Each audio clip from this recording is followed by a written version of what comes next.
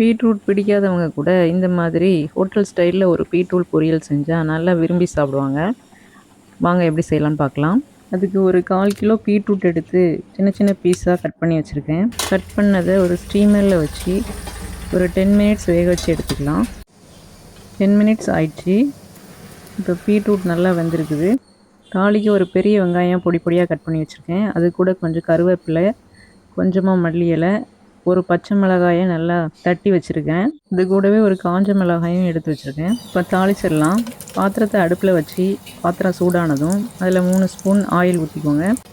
Oil சூடானதும் ஒரு 1/4 teaspoon கடுகு, 1/4 டீஸ்பூன் சீரகம், 1 டேபிள் ஸ்பூன் உளுந்தம்பருப்பு, 3/4 டேபிள் ஸ்பூன் கடலைப்பருப்பு போட்டு லைட்டாக வதக்கி விடலாம்.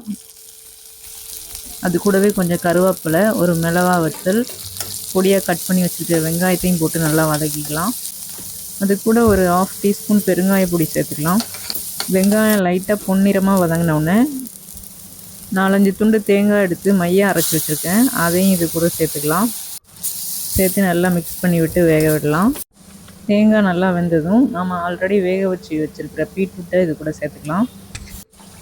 சேர்த்து நல்லா மிக்ஸ் பண்ணி விடுங்க. அந்த தேங்காயும் பீட்ரூட்டும் நல்லா ஒன்று சேர நல்லா வதக்குங்க. கடைசியாக கொஞ்சமாக உப்பு, அப்புறம் ஒரு கைப்பிடி நல்லா துருவின தேங்காய் ரெண்டையும் சேர்த்து ஒரு 2 மினிட்ஸ் நல்லா வேக விடுங்க. எல்லாம் வெந்துருச்சு. இப்போ ஃபைனலாக நல்ல பொடியாக சாப் பண்ண மல்லி இலையை தூவி மிக்ஸ் பண்ணி எடுத்தால் சுவையான பீட்ரூட் பொரியல் ரெடி. இதில் ஃபைபர், அயன், விட்டமின் சி போன்ற நல்ல சத்துக்கள் இருக்கிறதுனால அடிக்கடி செஞ்சு சாப்பிடுங்க. இந்த வீடியோ உங்களுக்கு பிடிச்சிருந்தா மறக்காமல் நம்ம சேனலை சப்ஸ்கிரைப் பண்ணுங்கள். அடுத்து ஒரு நல்ல ரெசிபியோடு சந்திக்கலாம்.